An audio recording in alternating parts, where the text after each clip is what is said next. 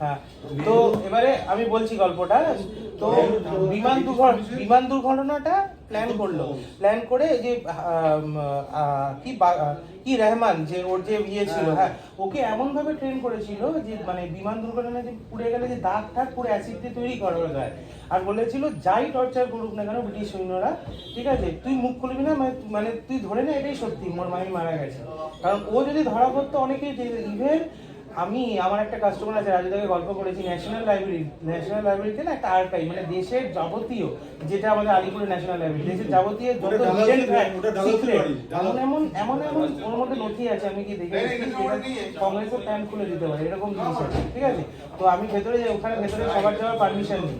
আমার একটা কাস্টমার ওখানেই কাজ করে, মানে ভল্ট, আমাদের ব্রাঞ্চের ভল্টের দরজার থেকে বড় মোটা, ঠিক আছে। ঢুকে ওখানে নেতাজি নিজের দাদাকে চিঠি লিখেছে নিজের হাতে, সেইটা পর্যন্ত আছে, হ্যাঁ, পুরো ডকুমেন্টেড সব, ঠিক আছে। ইভেন একটা জিনিস দেখলাম, মানে যে ব্ল্যাক ম্যাজিক বলে জানা যাবে, মানে শুনলে কাটা দেবে, একটা বই আছে ব্ল্যাক ম্যাজিকের, হ্যাঁ, সত্যিকারের।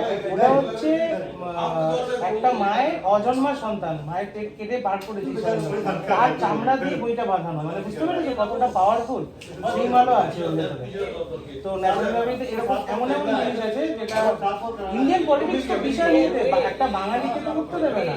সুভাষ বোস তো প্রাইম মিনিস্টার হয়ে যায়, ইভেন কংগ্রেসের ইলেকশনে সুভাষ বোস জিতে যাওয়ার পর ওকে পলিটিক্স করে সরিয়ে দিল, তারপরে ওর পন্থাতে ওর চললো না, কারণ নরমপন্থী গান্ধী, হ্যাঁ, চললো না, তো তখন কিন্তু ইন্ডিয়ান ন্যাশনাল আর্মি তৈরি করে ও সাইড হয়েছে। অনেক ব্যাপার আছে এসব।